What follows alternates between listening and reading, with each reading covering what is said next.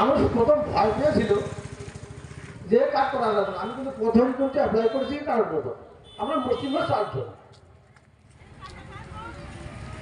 তা আমি তো সমস্ত জায়গায় দেখলাম, অফিসেও গেলাম, শান্তির জায়গা, অফিসাররা কত সুন্দর, অন্যান্য অফিসে এত ভিতরে পাওয়া যায় না। তা সিএ সবারই সিএ করতে হবে, যে আমি গ্রামবাসী বৃন্দ সবাইকে বলবো সবাই সিএ করুন, সিএ করতে হবে বাধ্যতামূলক। আরেকটু কথা বলবো আমি, এই নরেন্দ্র মোদী যখন তোমার ঠাকুরনগর এসেছিল, তোমার বিনা পানিকে তোমার প্রণাম করতেছে, তোমার নরেন্দ্র মোদী বলতেছে, মা তোমার এত লোক তোমার,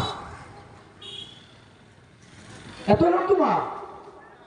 তোর মা বিনা পানি মাথা হাতে বলতো, বাবা এটা তোকে দেখার লোক নেই, বাবা তুমি এতে একটু দেখো।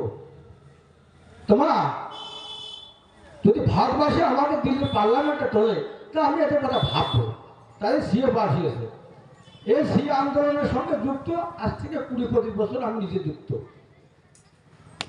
এই বলে আমি আমার সাধারণ বক্তব্য শেষ করছি। হরি বল, হরি বল।